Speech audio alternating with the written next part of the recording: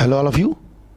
Welcome to this lecture on Chapter 3 Promotion and Incorporation of Company. So, till now, as you all aware, हमने अब तक की chapter number 1 company का introduction और chapter number 2 company classes ये दोनों चीज़ें कवर कर ली है.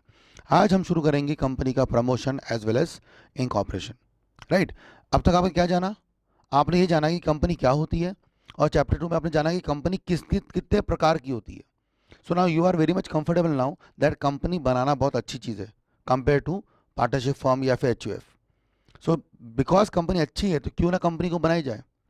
तो कंपनी बनाने की शुरुआत हम लोग करेंगे अब, ठीक है ना. नाउ क्वेश्चन सिंपल सा आता है, कंपनी बनाने की शुरुआत करेगा कौन? We have covered in last lecture that is OPC. एक आदमी होता है, प्राइवेट में 2 लोग होते हैं और पब्लिक में 7 लोग होते हैं. तो ये 1, 2 या 7 मिनिमम लोग होते हैं जो कंपनी बनाने के लिए शुरुआत करते हैं. And these people are called as promoter. And the promoter is a person, and the process they carry on is called as promotion. तो हमारा टॉपिक है, उसमें 2 टॉपिक्स है, promotion as well as incorporation of company. तो पहला step हम लोग cover करेंगे प्रमोशन क्या होता है, and the second step will cover is how to incorporate a company. तो इस लेक्चर में हम लोग दोनों बातें कवर करने की कोशिश करेंगे. राइट. तो टॉपिक शुरू करते हैं. ये रहा. First topic is what is meaning of promotion. ठीक है ना. अब प्रमोशन क्या होता है? प्रमोशन क्या होता है? प्रमोशन ऑफ कंपनी का मतलब बेसिकली क्या? बहुत सिंपल सी बात है बच्चों. There are 2 words, 2 rather definitions. एक है सेक्शन 2 सबसेक्शन 69 में, और एक वो जो आपने पढ़ के कभी तो भी आए होंगे. तो याद करो, अगर आप कॉमर्स बैकग्राउंड से हो और अगर आप 11th-12th पढ़े होंगे कॉमर्स में, 11th-12th, फिर वो स्टेट बोर्ड होगा आपका या फिर CBSE बोर्ड हो, कोई भी बोर्ड हो, आपने अगर कॉमर्स से 12th पढ़ा है, 11th-12th, तो आपने पढ़ा होगा प्रमोशन के बारे में. आपकी कंपनी में बिजनेस स्टडीज़ या फिर जो भी आपका रिलेवेंट टॉपिक होगा, वहाँ पे आपको पढ़ाते होंगे आपके टीचर्स वगैरह कि प्रमोशन का मतलब क्या होता है. When few person take some idea, है ना, conceive an idea, take some steps to bring that idea into reality, and the person who thinks and put something into reality is called as promoter. Right. ऐसे कुछ बताया था आपको. ठीक है, देखते एक बार. What is promoter? It says promoters are those who have an intention to form a company, and who take steps then. मतलब देखो, दो there are 2 different words. Intention होना काफी नहीं है. वैसे तो मेरा भी इंटेंशन है कि मैं अंबानी समान बिजनेसमैन बनूं, है ना, मैं भी बिजनेसमैन बनूं लाइक अंबानी. बट देन मुझे उसके लिए क्या करना पड़ेगा? स्टेप्स तो लेने पड़ेंगे. मुझे बिजनेस शुरू तो करना पड़ेगा. बैठे बैठे मैं सोचूं कि मैं अंबानी बन जाऊं या टाटा बन जाऊं, ऐसे नहीं होगा ना. मुझे अगर टाटा बनना है, मैं मना नहीं कर रहा कि ये आप नहीं बन सकते या मैं नहीं बन सकता. हम लोग बन सकते शायद, लेकिन हमको पहले क्या करना पड़ेगा? उसके लिए हमको पहले स्टेप्स तो लेने पड़ेंगे. बिजनेस तो स्टार्ट करना पड़ेगा. When we start business, when we start carrying on the activities, फिर प्रॉफिट कमाएंगे, एंड डाउन द लाइन धीरे धीरे कंपनी ग्रो करेगी. बिल्कुल. और आप प्रॉफिट कमाओगे और आप बिजनेस स्टार्ट कर सकते हो, लेकिन पहले स्टेप्स तो लो. तो बहुत सिंपल सी बात है. वो बंदा promoter are those who have an intention to form a company, जिनका इंटेंशन है कंपनी फॉर्म करने का, सिर्फ सोचते नहीं है, और जो सोचते भी है वो क्या करता है? वो take the necessary steps to carry on that intention into operation. Intention into operation मतलब सोच को कहाँ लाना? प्रैक्टिकल लाइफ में लाना, रियलिटी में लाना. ये जो बंदा कर देता है ये क्या कहलाता है? प्रमोटर. ठीक है ना. तो अगर मैं, ठीक है, चलिए मैं आपको समझा देता हूँ एक बार अच्छे से. ठीक है, डायग्राम बना के अपन लोग देखते हैं. चलिए, तो अगर मैं बात करूँ आपके सामने, देखिए ध्यान देंगे इस बार. ये बंदा है, ठीक है, ठीक है, ये प्रमोटर है. ठीक है. तो इसके दिमाग में आइडिया चल रही है. ठीक है ना. आइडिया चल रही है. क्या आइडिया चल रही है? कि मैं कोई क्या बनाऊंगा?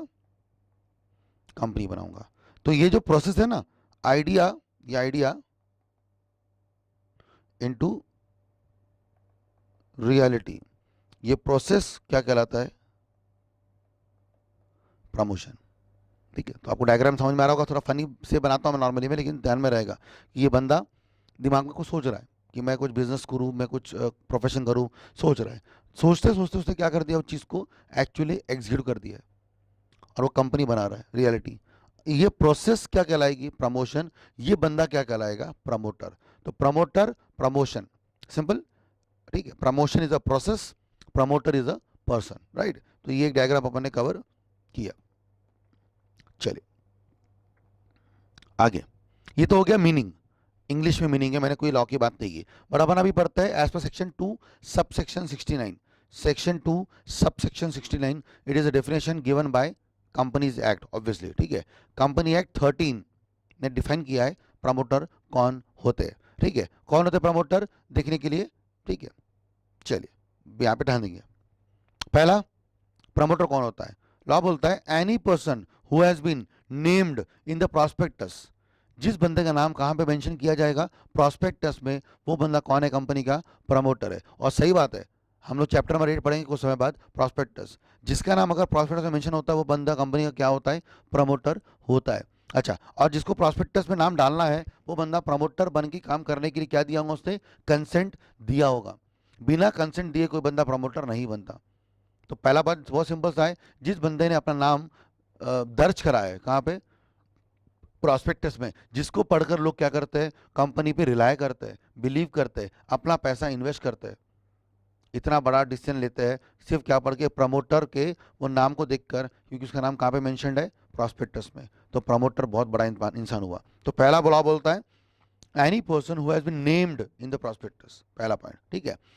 दूसरा बहुत आसान सा है, लॉ बोलता है जिसके कंट्रोल में, जिसके पास कंट्रोल है, control supervision of company. Now the control can be as per BOD या फिर as per share holder, anything.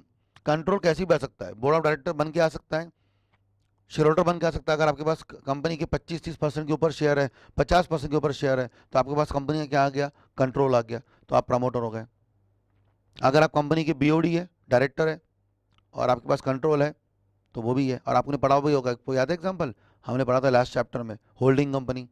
तो कंपनी का कंट्रोल आपके हाथ में आ गया है, तो आप प्रमोटर हो, ठीक है। तो पॉइंट नंबर 2, आपके पास कंपनी का सुपरविजन या कंट्रोल है, मतलब आपके इशारे पर कंपनी काम करती है। किसके इशारे पर कंपनी काम करती है? उस बंदे के एज अ बीओडी, ठीक है। और तीसरा सबसे ट्रिकी है, और वो है on whose direction, control and instruction, 3 word पे ध्यान देंगे, direction, control, instruction, the BOD of company is accustom to act. मतलब ध्यान देना, BOD of company is accustom to act. BOD promoter नहीं है, वो तो यहीं पे कवर हो गया। देखो मतलब क्या बीओडी प्रमोटर है क्या? Answer is yes, but point number 2 से। बट अभी मैं बात कर रहा हूँ तीसरे बंदे की, ऐसे बंदा जिसके इशारे पर कंपनी के बोर्ड ऑफ डायरेक्टर्स क्या करते हैं? काम करते हैं। ऐसा बंदा जिसके इशारे पे कंपनी के बोर्ड ऑफ डायरेक्टर्स काम करते हैं, वो क्या कहलाएगा? प्रमोटर। जैसे एग्जांपल टाटा स्टील की बात करता हूँ, टाटा स्टील में आज रतन टाटा नाम का कोई बंदा नहीं है, because of his age he retired from the company, he left the company, मतलब अभी वो कंपनी में बीओडी की पोजीशन पे नहीं है। रतन टाटा नहीं है, अभी सारस मिस्त्री साहब है। या फिर वैसे ही मैं अगर बात करूँ इन्फोसिस की, तो वहाँ पे अभी चेयरमैन कौन है? सीईओ चेयरमैन वगैरह विशाल सिक्का। हमारे जो मेन कंपनी के प्रमोटर या ओनर थे कौन? नारायण मूर्ति, वो अब कंपनी में नहीं है। तो will take example of Tata Steel first. Tata Steel में टाटा स्टील में रतन टाटा अब क्या नहीं है? डायरेक्टर नहीं है। तो क्या रतन टाटा प्रमोटर है? पहला क्वेश्चन, क्या उनका नाम प्रॉस्पेक्टस में होगा? इफ यस तो है, नहीं होगा तो नहीं है। पहला पॉइंट में नहीं है। क्या वो बीओडी है कंपनी की आज? नहीं है। तो सर रतन टाटा तो प्रमोटर नहीं है, गलत। पॉइंट नंबर 3 देखिए, पॉइंट नंबर 3 क्या बोलता है? In whose direction, on whose direction, control and instruction BOD of the company is accustom to act. मुझे बताइए मिस्त्री साहब या जो टाटा स्टील में और भी डायरेक्टर्स है, वो क्या रतन टाटा से बिना पूछे कॉन्ट्रैक्ट करते होंगे क्या? रतन टाटा से बिना पूछे कॉन्ट्रैक्ट करते होंगे क्या? सोचो जरा। क्या उनकी व्यूज इंपॉर्टेंट नहीं है कंपनी में टाटा साहब की? बिल्कुल है। ऐसा बंदा जो कंपनी में डायरेक्टर नहीं है, मेजॉरिटी ऑफ शेयर होल्डर नहीं है, कंपनी का नाम उसका नाम कहाँ पे नहीं है? प्रॉस्पेक्टस में नहीं है, फिर भी उसके पास कंपनी की क्या है? कंट्रोल है। और कैसा कंट्रोल है? क्योंकि उसके डायरेक्शन पे, उसके कंट्रोल पे, उसके सुपरविजन पे, उसके एडवाइस पे, उसके इंस्ट्रक्शन पे कंपनी की बीओडी काम करते हैं। और काम नहीं करते, वहाँ पे क्या लिखा हुआ है? Accustom to act. अकस्टम का मतलब होता है वो उनको आदत पड़ी है। बीओडी कभी खुद काम करते ही नहीं, उनको आदत है। वो किसके इशारे पे काम करेंगे? सिर्फ वो काम करेंगे उस बंदे के इशारे पर, जो बंदा कंपनी का डायरेक्टर नहीं है, बट उसका कंपनी में बहुत सारा वजन है, बहुत ही उसके पास कंपनी की बोलते हैं ना पावर है। वो जो बोलेगा वो होगा। तो ऐसे लोग होते हैं यहाँ पे। तो समझ में आ रहा है तीनों बातें।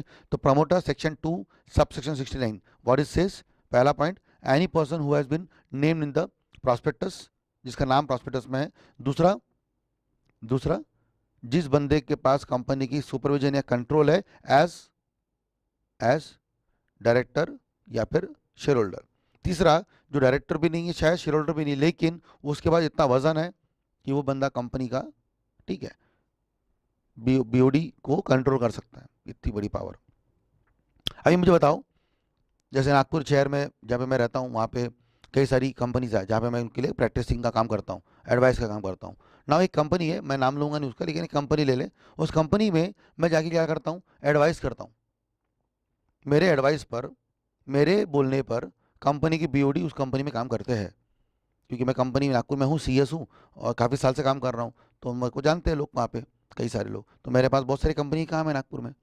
अब मैं जब जाता हूँ कंपनियों में, तो उसमें से एक कंपनी का एग्जाम्पल ले रहा हूँ मैं आपको। वो कंपनी के बीओडी मेरे बोलने पे काम करते हैं आज भी। और ये एग्जाम्पल नहीं ले रहा हूँ, सच बोल रहा हूँ मैं, कि वो बोलते तुषार तुषार पहाड़े आप बताइए कि ये काम करने से कंपनी एक्ट में कोई नॉन कंप्लायंस तो नहीं होगा, अगर होगा तो फिर हम नहीं करेंगे, या फिर इसका कोई तरीका बताओ। ऐसे पूछते हैं मुझसे वो लोग। फिर मैं लॉ देखता हूँ और बताता हूँ भैया ये ठीक है, ये काम आप कर सकते हो, इसके लिए बोर्ड अप्रूवल चाहिए, इसके लिए मेंबर्स अप्रूवल चाहिए, ऐसा करके मैं उनको समझाता हूँ और वो काम कर लेते हैं।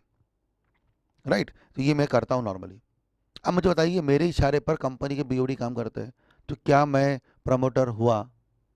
उस कंपनी का प्रमोटर हुआ क्या मैं? आंसर क्या है, यस और नो। क्योंकि मेरे इशारे पर बीओडी काम करती है।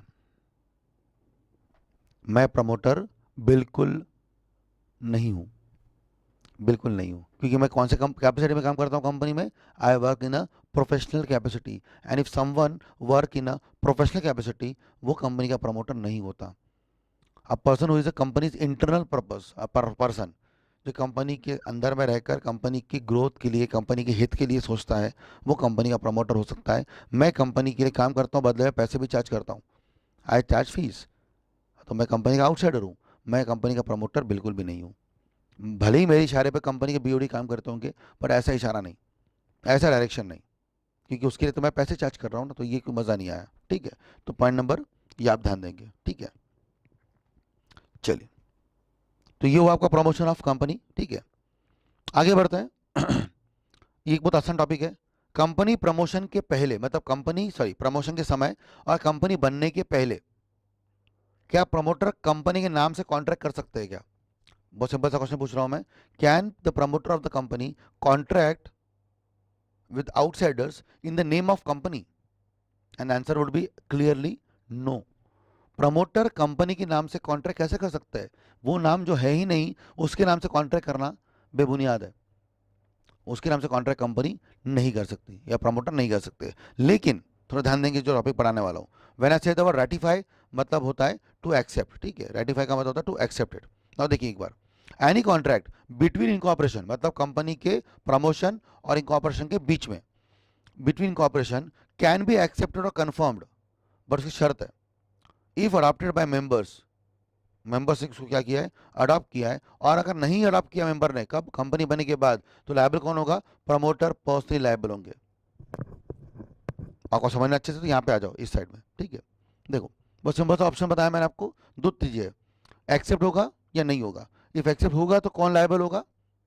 कंपनी लायबल होगी। इफ नहीं हुआ तो लायबल कौन होगा?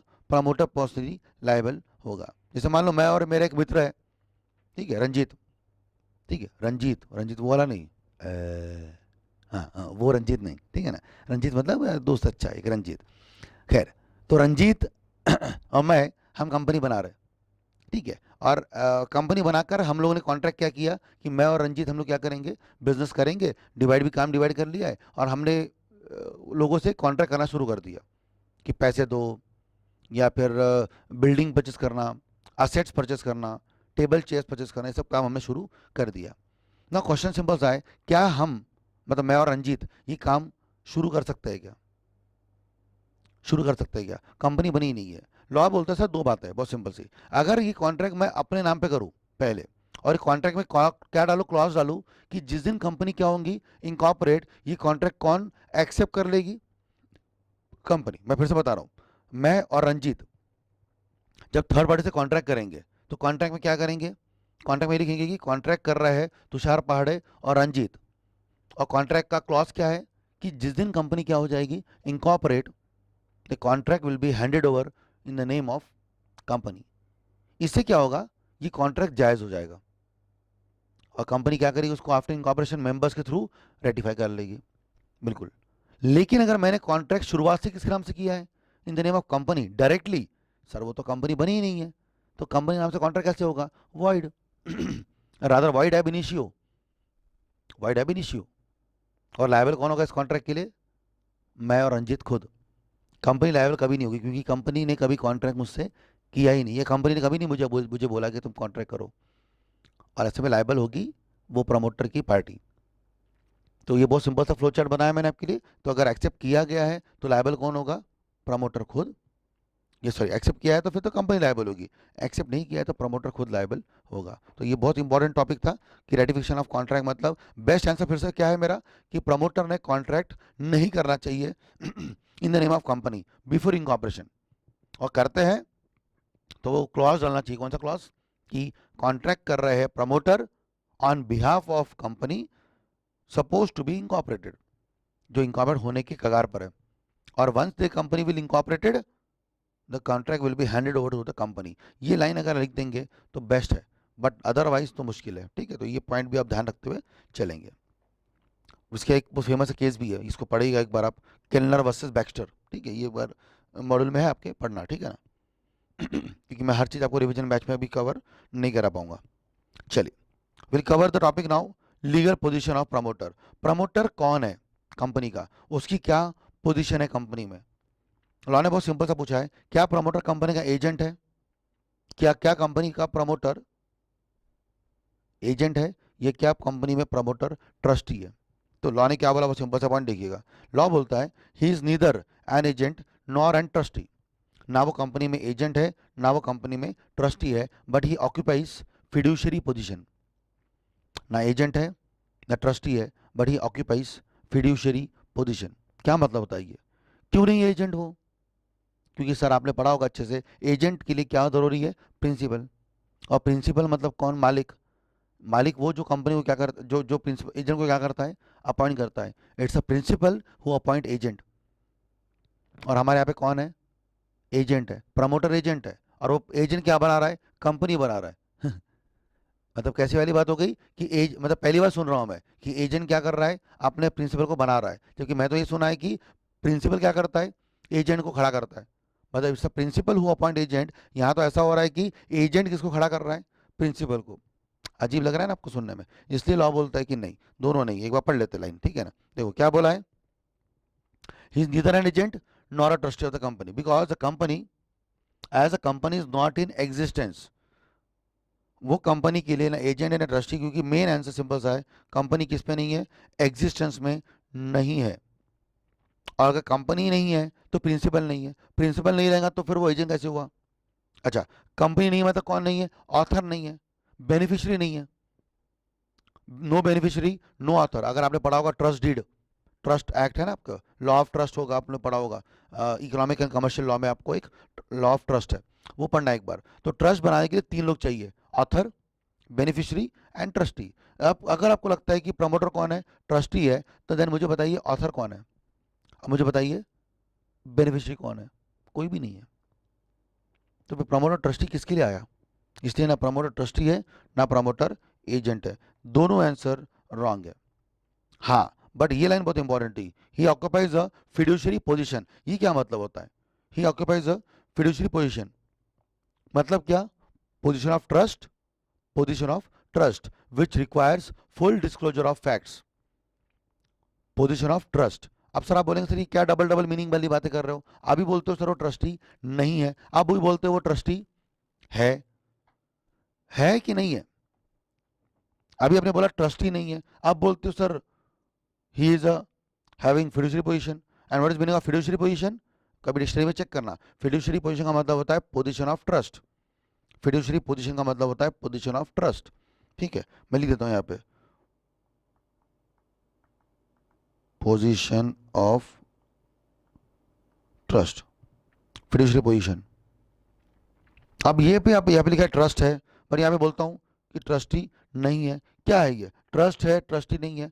तो भी सिंपल सा ध्यान रखना, ट्रस्टी एक कॉन्ट्रैक्ट है, यहाँ पे ट्रस्टी को अपॉइंट करना पड़ता है, बट ट्रस्ट एक रिलेशनशिप होता है बिटवीन टू पीपल, जो बनाना नहीं पड़ता है, ऑटोमेटिक होता है।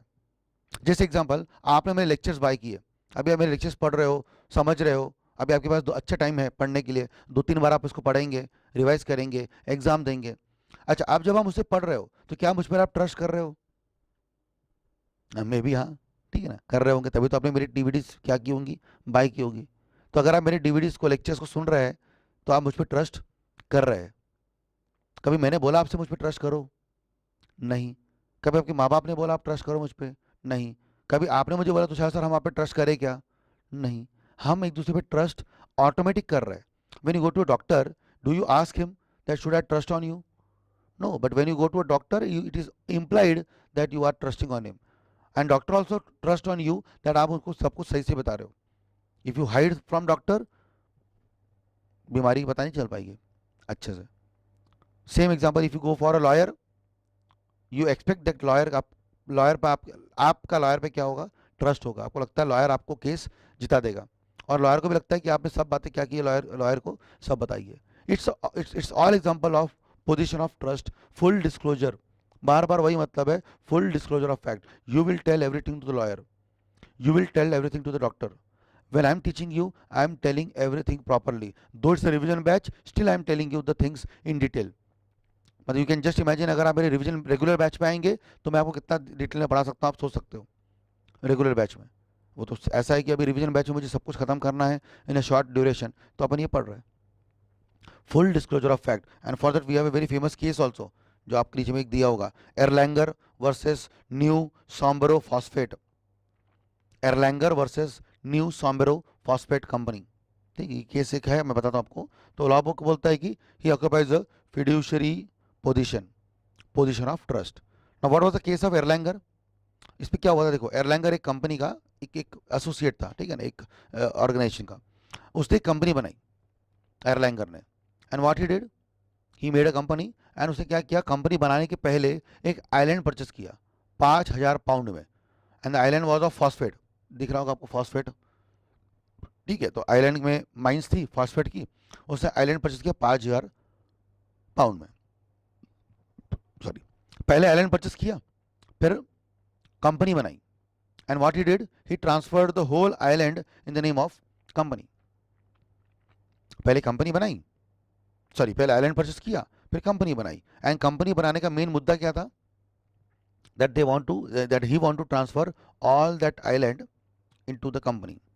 गलत बात है कि सही बात है? बिल्कुल सही है, कोई गलत बात नहीं है। दिक्कत क्या आई, उसने क्या किया, 5,000 पाउंड का जो आइलैंड था, he sold to the company for 1,10,000 pound. अब मुझे कॉमन सेंस बताइए, सब समझदार इतने हैं कि अगर एक पाउंड, एक लैंड आइलैंड 5,000 पाउंड का था, वो कितने बिकेगा 1-2 महीने बाद?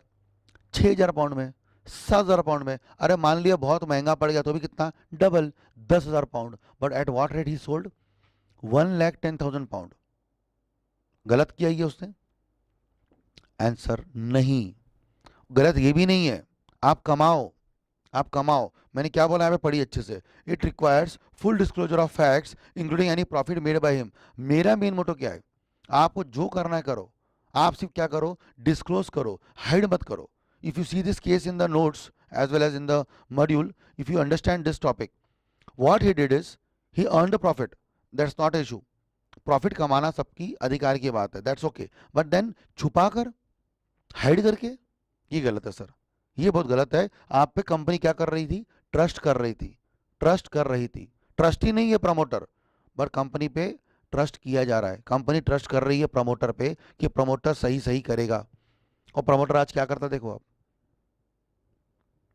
इसलिए लॉ ने बोला है कि प्रमोटर का क्या है, फिड्यूशियरी पोजीशन है, position of trust, that promoter should disclose everything clearly to the what you say outsider. Disclose करे, कमाने के लिए मना नहीं किया। मैं फिर से बोल रहा हूँ, हेडिंग लाइन पढ़ो आप। It requires full disclosure by him including any profit earn by him. And I request you to बिना बिना भूले इसको आप इस केस को पढ़िए अच्छे से, बहुत बढ़िया केस है, ठीक है ना। तो ये टॉपिक एक बार आप ध्यान रखते हुए चलेंगे। तो मैंने आपको बता भी दिया बैकग्राउंड में कि केस का स्टोरी क्या है और कैसे बातें चलती है। तो this is the basic topic of legal position of promoter. Lastly duty of promoter, आसान आसान है। प्रमोटर की क्या क्या ड्यूटीज है ये सब आप देख सकते हो फटाफट। डिस्क्लोज सीक्रेट प्रॉफिट, जो कमाता है वो क्या करे, डिस्क्लोज करे, आसान आसान है। Disclose all the material facts, जो भी कंपनी में मटेरियल बात है, I am never saying disclose facts, I am saying material facts, जो रेलेवेंट है वो बताओ, जो इरेलेवेंट है वो मतलब नहीं है, ठीक है ना, मतलब नहीं है। तीसरा, to compensate for the losses of the company, अगर उसकी वजह से कंपनी को क्या हुआ है, लॉस हुआ है, तो उसकी ड्यूटी क्या है कि कंपनसेट करे। Point number 3। पॉइंट नंबर 4 भी आसान है, that is not to use his position unfairly, not to use the position unfairly. चूंकि वो कंपनी का प्रमोटर है, उसके पास कंपनी की सारी मेन वैल्यूज है, तो वो क्या कर सकता है, कंपनी का पावर को गलत पर्पज के लिए यूज कर सकता है, ऐसा भी ना करे। और पांचवा तो बहुत ही सिंपल सा है, टू एक्ट डिलीजेंटली। डिलीजेंट का मतलब होता है अलर्ट, सतर्क रह के काम करे। तो ये 5 वर्ड बहुत आसान से थे। पहला, आई एम नेवर सिंग, अभी भी मेरा बात ध्यान रखना, what I said is disclose secret profit. याद करो एग्जांपल है एयरलाइनर वाला, have I said him not to earn the profit, अगर उसने अगर बेचा होता 2,20,000 पाउंड में, चलता। 5,000 पाउंड की माइन उसे कितने बेची, 1,10,000 में। अगर वो बेचता 2,20,000 में, चलता था। आंसर है चलता था, चलता है। सिर्फ क्या करें आप बताए। अच्छा, लॉजिकली चलता है क्या, नहीं चलता। लॉजिकली अरे बुरा लगेगा, बट लॉजिक छोड़ो, हमको लॉ पढ़ना है। और लीगली लॉ बोलता है it's okay, if you earn profit it's completely fine, just the point is that disclose it to the members, disclose it. Point number 2, disclose all material facts. Point number 3, if you do wrong activities for the company you have to compensate for the company. चौथा, you have the powers and people trust on you, so never use your power unfairly. And the fifth one is you should always act diligently, that is very much alert, very much attentive, सतर्क रह के काम करे, ऐसे ढीले बन के काम ना करे। कोई भी चीज़ लेने के पहले, कुछ भी करने के पहले सोचे उसके परिणाम क्या होंगे, प्रोज क्या है, कॉन्स क्या है, पता करके आप कोई चीज़ करे। तो ये पांचों बातें आपको ध्यान रखनी है, ये प्रमोटर की ड्यूटीज़ है। एग्जाम में ये 5 मार्क का वगैरह आ सकता है, ठीक है, ध्यान रखना है इसको। चलिए लास्टली, अगर मालूम पड़ा प्रमोटर ने धोखा दिया तो क्या कर सकते हैं। टॉपिक का नाम है remedies against promoter. If you find out that promoter is cheating on company, तो क्या क्या कर सकते हैं प्रमोटर के ऊपर। What are the remedies against promoter, there are 3 remedies. The first remedy is best remedy, कौन सी वाली है, पहली पढ़ते हैं हम लोग ये रही आपके सामने। पहला, रेसिशन, जो कॉन्ट्रैक्ट किया था, जो कॉन्ट्रैक्ट किया था वो क्या कर देना, बेस्ट ऑप्शन कैंसिल। याद है मेरा एग्जांपल, रंजीत और मेरा एग्जांपल। अगर रंजीत और मैं जाके क्या किया, कॉन्ट्रैक्ट जाके करके आया था कंपनी के लिए और मैंने पैसे कमाए होंगे, तो what is the duty of the company after incorporation, कि मेरे मेंबर्स वो कॉन्ट्रैक्ट को एक्सेप्ट नहीं करें, क्या कहते हैं कॉन्ट्रैक्ट को रेसेंट। या ये जो एग्जांपल था एयरलाइनर वाला, what should be the duty of the members of airliner company वाले में, कि वो आइलैंड को परचेस करने की छोड़ दे। मतलब आइलैंड जो परचेस किया था, आइलैंड कौन सा वाला, फॉस्फेट का, वो आइलैंड क्या करते, कैंसिल करते, बोलना कि नहीं करना है हमको कॉन्ट्रैक्ट तुम्हारे से, वो कॉन्ट्रैक्ट हमको आइलैंड लेना ही नहीं है। सबसे बेस्ट ऑप्शन है कॉन्ट्रैक्ट क्या करते हो, रेसेंड, तो बेस्ट ऑप्शन है rescind the contract, best answer. दूसरा, if you don't want to rescind then you can always recover the secret profit, ये जो वर्ड है सीक्रेट प्रॉफिट। इफ यू इधर बेस्ट ऑप्शन कॉन्ट्रैक्ट छोड़ दो, एयरलाइनर वाले केस में कॉन्ट्रैक्ट कैंसिल नहीं कर रहे हो, कैंसिल, तो जो पॉइंट थे कौन से वाले, सीक्रेट प्रॉफिट, सीक्रेट प्रॉफिट। अच्छा थोड़ा सा ध्यान देना एक बार, मान लो आइलैंड था 5,000 पाउंड का, he sold for 1,10,000 pound. Let say उसकी मार्केट वैल्यू वो थी 10,000 पाउंड की, ध्यान देना। परचेस कितने में किया था, अब यहां पे लिख देता हूं मैं, परचेस थी 5,000 में, मार्केट वैल्यू इतने में, एंड सेल वैल्यू 1,10,000 में। परचेस किया था 5,000 पाउंड में, उसकी करंट मार्केट वैल्यू भी लिख देता हूं मैं, ठीक है ना। करंट मार्केट वैल्यू कितनी है, 10,000 पाउंड, और बेचा है 1,10,000 पाउंड में। Can you tell me how much profit he earned, total profit. अब ध्यान दे, समझ में आ जाएगा सबको, ठीक है ना। टोटल प्रॉफिट कितना है, वो है 1,05,000, बराबर। 5,000 में लेके 1,10,000 में बेचा, तो कितना प्रॉफिट हुआ, 1,05,000। इसमें दो बातें हैं, एक है उसका प्रॉफिट और एक है उसका सीक्रेट प्रॉफिट। चलिए, क्या है प्रॉफिट, उसका प्रॉफिट कितना है बताइए, समझ में आ जाएगा आपको अच्छे से। उसका प्रॉफिट है 5,000 पाउंड का। कौन सा वाला, जो प्रॉपर्टी 5,000 में उसने ली थी, उसका what is market value 10,000 pound. मतलब he can always earn how much, 10,000। अरे वो किसको बेचता है दुनिया में, if he have sold to anyone in the world, he would have sold at what rate, 10,000 pound. So he has a right to earn that 5,000 pound, ये वाला। But उसने बेचा 10,000 की जगह पे कितने में, 1,10,000 में। मतलब he earned extra 1 lakh rupees. और वो कौन सा प्रॉफिट है, सीक्रेट प्रॉफिट। तो 1 लाख और 5,000, 1,05,000 टोटल प्रॉफिट। समझ में आया पूरा एग्जांपल ये वाला कि प्रॉफिट क्या होता है। अब आप सोचेंगे सर पूरा वापस करो, अब ये जो लाइन में पढ़ा रहा था आपको ये समझ में आ जाएगा आपको। Recovery of which profit, secret. तो कितना रुपए लेंगे, 1,05,000 पूरे नहीं, सिर्फ 1 लाख रुपए। 5,000 पाउंड वो रख सकता है क्योंकि वो उसका मेहनत का पैसा है, वो उसका कमाई है, रखे, वो रखे। Extra 1 lakh rupees. अच्छा, वो भी कब वापस करना है, जब आपने डिस्क्लोज नहीं किया था। डिस्क्लोज किया था तो वापस करना पड़ेगा, आंसर है बिल्कुल नहीं। If you disclose it, no need to give money back, problem नहीं है, ठीक है। तो ये भी आसान पॉइंट, अब दिमाग लगेगा इसमें पढ़ने में। और आखिरी में ये तो हो गया, मतलब प्रॉफिट कॉन्ट्रैक्ट भी तोड़ दो, प्रॉफिट भी ले लो, उसके बाद उस पर केस करो ब्रीच ऑफ ट्रस्ट का, कि तुमने हमारा ट्रस्ट तोड़ा, क्योंकि वो फिड्यूशियरी पोजीशन थी। तो ब्रीच ऑफ ट्रस्ट का भी केस उस पर कर सकते हैं। और केस करके क्या मांगेंगे फिर अपन उसमें से, वो डैमेजेस वगैरह मांग सकते हैं, डैमेजेस, कॉम्पनसेशन, ठीक है, ये सब बात, इंजंक्शन ला सकते हो, जो भी आपको केस करना है कर सकते हो। तो this is a remedy against promoter. तो ये सब कुछ अपन ने पढ़ा प्रमोटर के बारे में। क्या क्या पढ़ा प्रमोटर के बारे में अपन ने, पहला प्रमोटर का मीनिंग, प्रमोटर का डेफिनेशन। देन मैंने बताया आपको कि प्रमोटर का डेफिनेशन आता है सेक्शन 269 में, ये हमने कवर किया। देन हमने बात की थी प्रमोटर जो है वो कौन है, प्रमोटर कौन होता है, एक मतलब एजेंट है कि ट्रस्टी है। तो आंसर बताया था मैंने, दोनों भी नहीं है, वो फिड्यूशियरी पोजीशन ऑक्युपाई करता है। थर्ड बताया था मैंने आपको ड्यूटी ऑफ प्रमोटर। एंड आखिरी में हमने कवर किया प्रमोटर के क्या बोलते हैं, रेमेडीज। मतलब अगर गलत प्रमोटर ने काम किया तो क्या रेमेडी होगी, ठीक है ना। तो ये हमारा टॉपिक था, पहला हिस्सा इस चैप्टर का। चैप्टर प्रमोशन में 2 हिस्से हैं, प्रमोशन, इंफॉर्मेशन। तो we have cover till now promotion of company, ठीक है। नेक्स्ट पॉइंट में हम लोग कवर करेंगे कंपनी का फॉर्मेशन, ठीक है, इसके बाद, ठीक है। तब तक इसको एक बार आप कवर कर लीजिएगा।